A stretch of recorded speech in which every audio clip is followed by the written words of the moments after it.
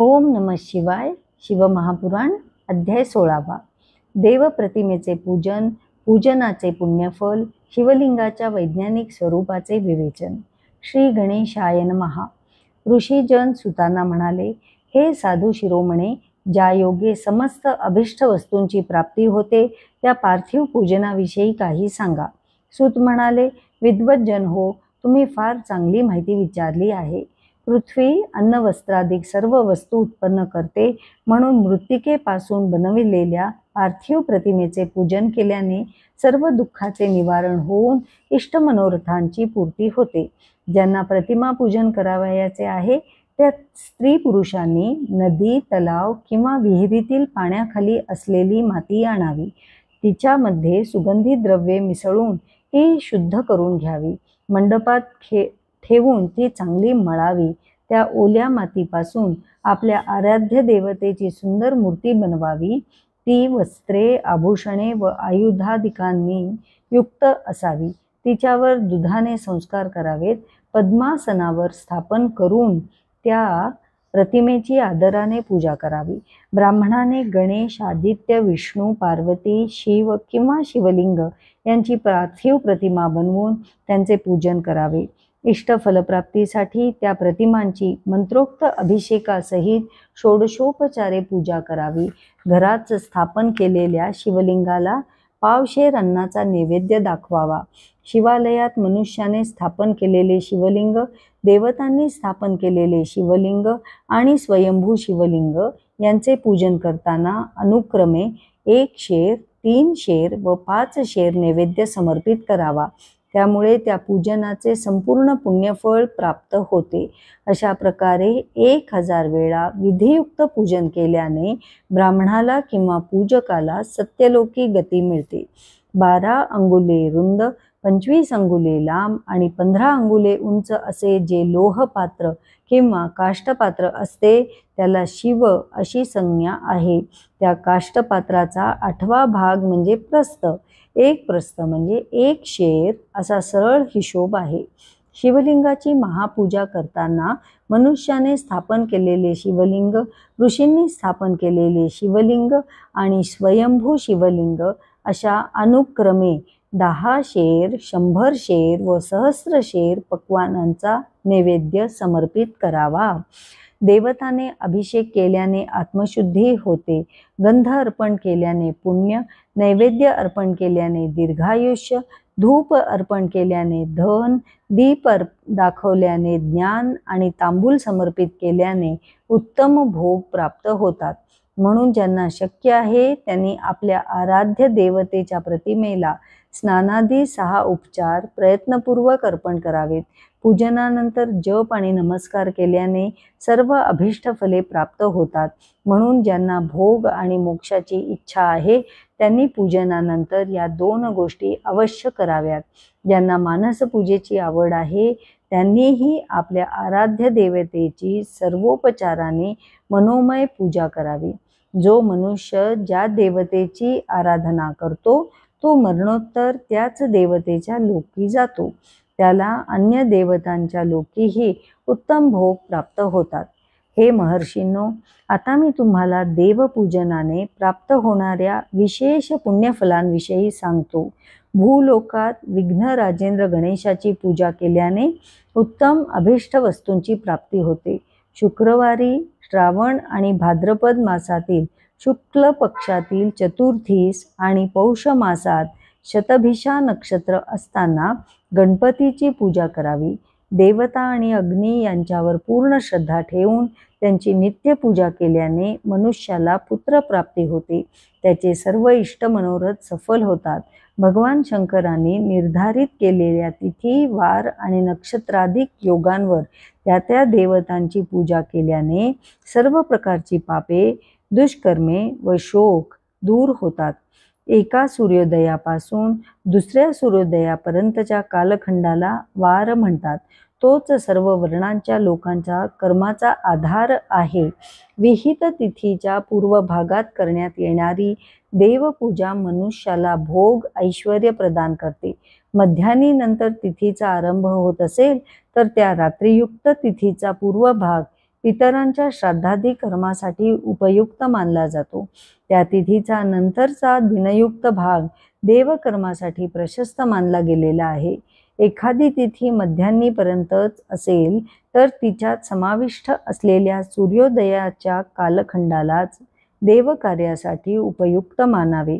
अशा प्रकारे शुभतिथी, वार, नक्षत्र या सर्व गोष्टींचा सम्यक विचार करून देवपूजन, जप आदी सत्कर्मे करावीत. वेदांमध्ये पूजा या शब्दाला योग्य प्रकारे परिभाषित केलेले नाही, अर्थात त्यांची नेमकी व्याख्या सांगितलेली नाही. पूर्जायते अनेन इति पूजा, अशी पूजा या शब्दाची व्युत्पत्ती आहे. पुहू याचा अर्थ भोग आणि अपेक्षित फलाची प्राप्ती. ज्या कर्माने ही प्राप्ती होते ती पूजा होय. मनोवांछित वस्तू आणि ज्ञान या दोन्ही अभीष्ट गोष्टी आहेत. सकाम भक्तांना अभीष्ट भोग अपेक्षित असतो, तर निष्काम भक्तांना मोक्षप्रद पारमार्थिक ज्ञान हवे असते. म्हणून या दोन्ही गोष्टींची पूर्तता करणारी ती पूजा, हाच त्या शब्दाचा समर्पक अर्थ आहे.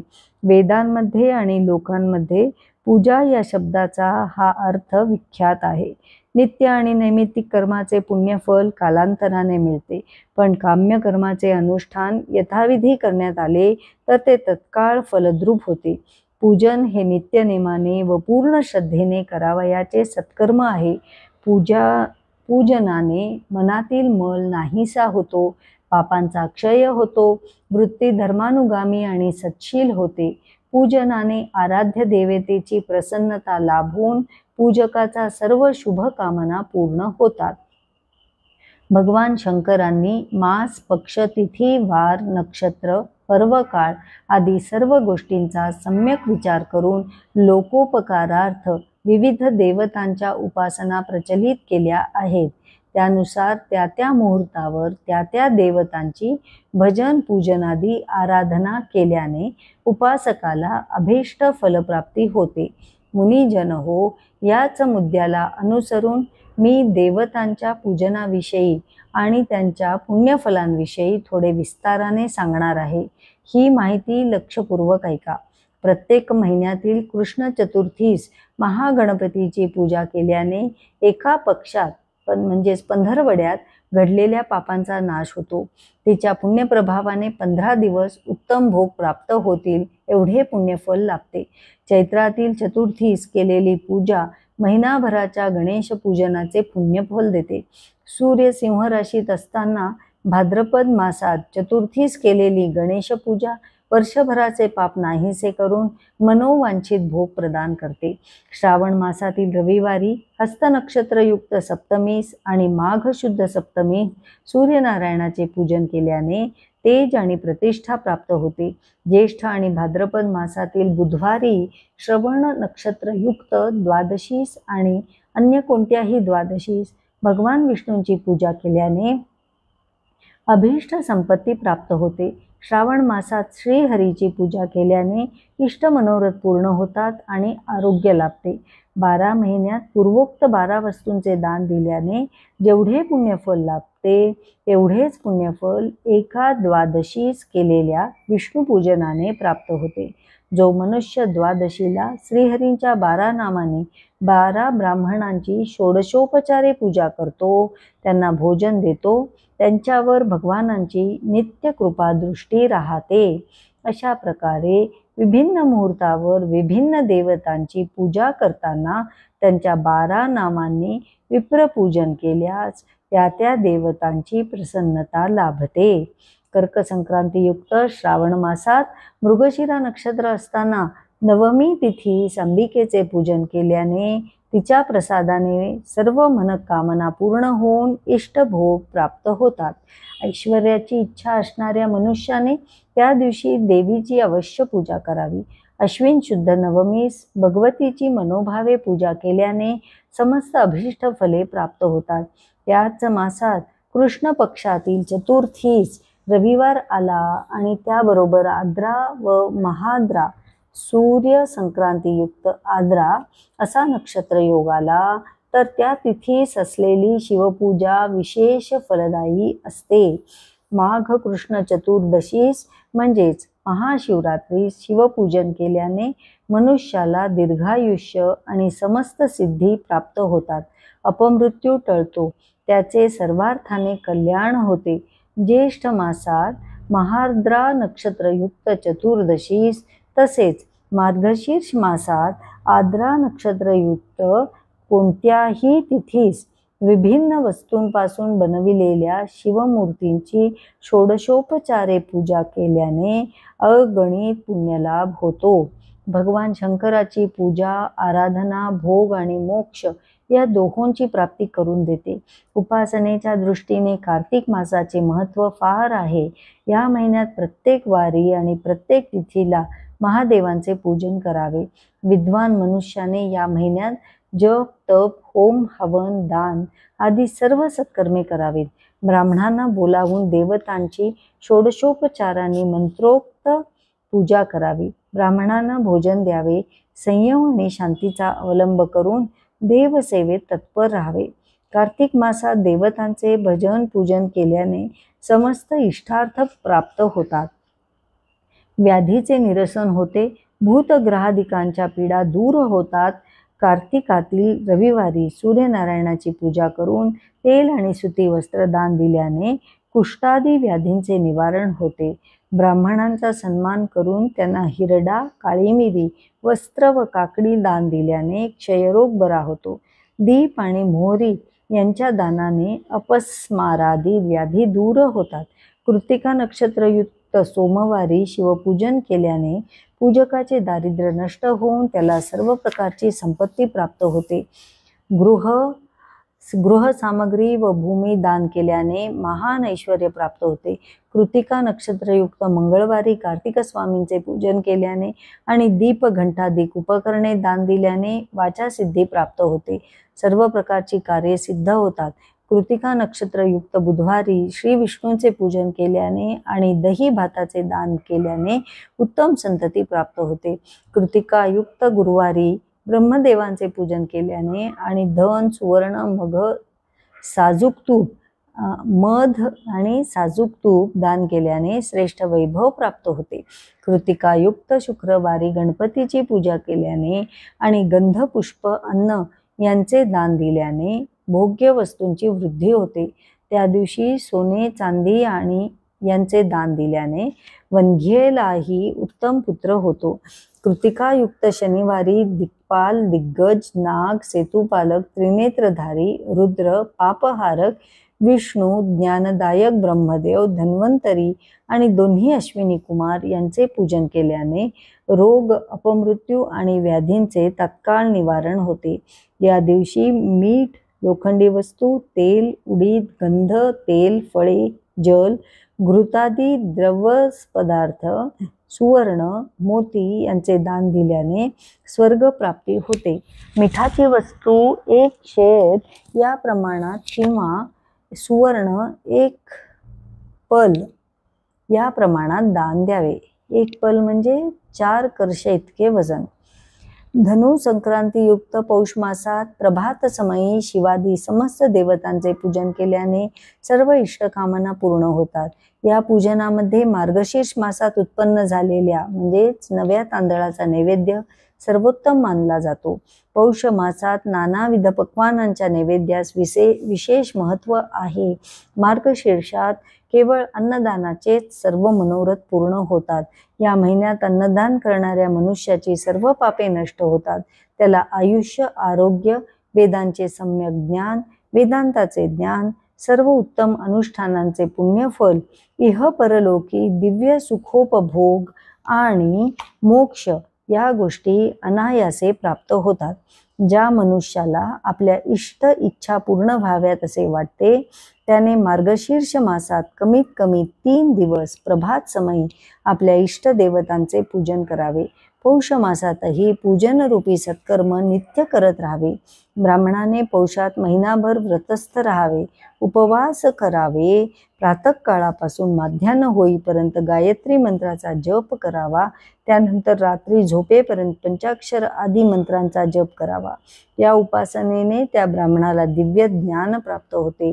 त्याला देहपतनानंतर मोक्ष मिळतो.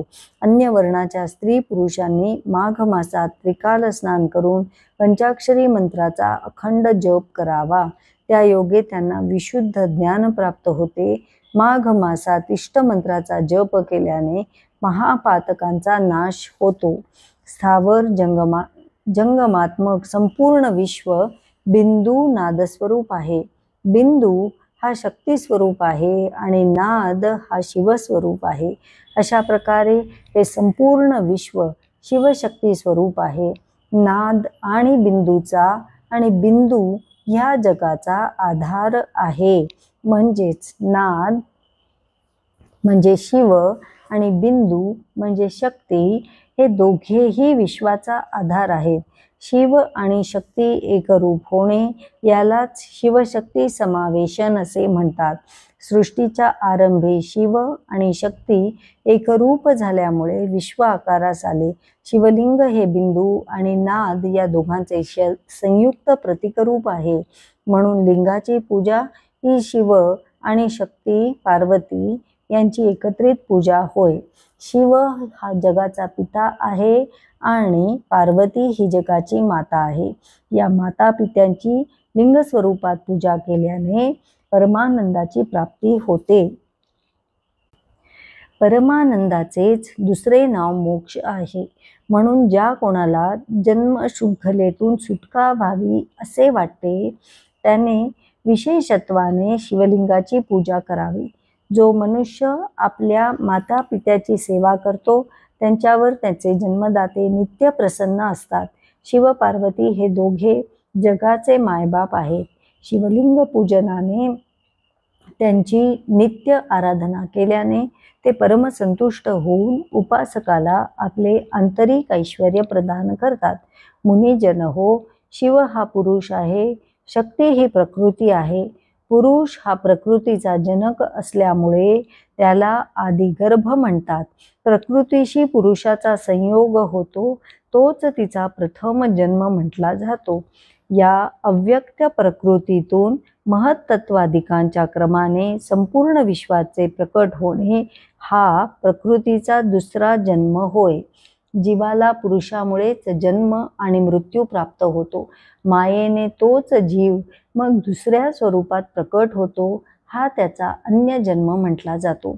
जीवाला जन्मतःच प्राप्त झालेले शरीर हे 6 भावविकाराने युक्त असते. जन्म घेतल्यानंतर तो विभिन्न पाशांमध्ये अडकून पडतो. या पाशातून सुटण्यासाठी जो जेवढा प्रयत्न करतो तेवढा अधिकाधिक गुरफटत जातो. कोणतेही साधन त्याला जन्म मृत्यूरूपी चक्रातून मुक्त करू शकत नाही. केवळ शिवजींच्या अनुग्रहानेच जीवाला महामायेचा प्रसाद प्राप्त होतो आणि ती निवृत्ती मार्गावर अर्थात मोक्षपथावर वाटचाल करू लागतो. म्हणून ज्या कोणाला जन्ममृत्यूरूपी संसार चक्रातून आपली सुटका व्हावी असे वाटते त्याने शिवजींना शरण जावे आणि शिवलिंगाचे नित्य श्रद्धेने पूजन करावे. गाईचे दूध, गाईचे दही, गाईचे तूप, मध आणि साखर यांचे मिश्रण करून पंचामृत तयार करावे. या पंचामृताने शिवलिंगाला स्नान घालावे व अभिषेक करावा. गाईचे दूध, दही व तूप यांचा वापर करून तयार केलेला नैवेद्य प्रणवाचा उच्चार करून भगवान शंकरांना अर्पण करावा. अशा प्रकारे शिवप्रभूंचे रविवारी पंचामृतयुक्त पूजन केल्याने मनुष्य मोक्षाचा अधिकारी होतो. प्रणवाला ध्वनिलिंग म्हणतात. स्वयंभूलिंग नादस्वरूप असल्याने त्याला नादलिंग म्हणतात. ते बिंदू स्वरूप असल्याने त्यास बिंदुलिंग असेही म्हणतात. अचल रूपाने प्रतिष्ठित असलेले शिवलिंग मकार स्वरूप असल्याने त्याला मकारलिंग म्हणतात. चरलिंग उकार स्वरूप असल्याने त्याला उकारलिंग म्हणतात. गुरुचे शरीर हे अकार स्वरूप असते त्यास अकारलिंग म्हणतात. अशा प्रकारे लिंगाचे ध्वनी, नाद, बिंदू, आकार, उकार आणि मकार स्वरूपात 6 प्रकार आहेत. या 6ही लिंगांची भक्तिभावाने नित्य पूजा केल्याने साधक जीवनमुक्त होतो. मुनीश्वरांनो, जो मनुष्य या अध्यायाने लक्षपूर्वक श्रवण पठण करतो त्याची शिवभक्ती दृढ होते. अध्याय 16 समाप्त. जय श्रीराम.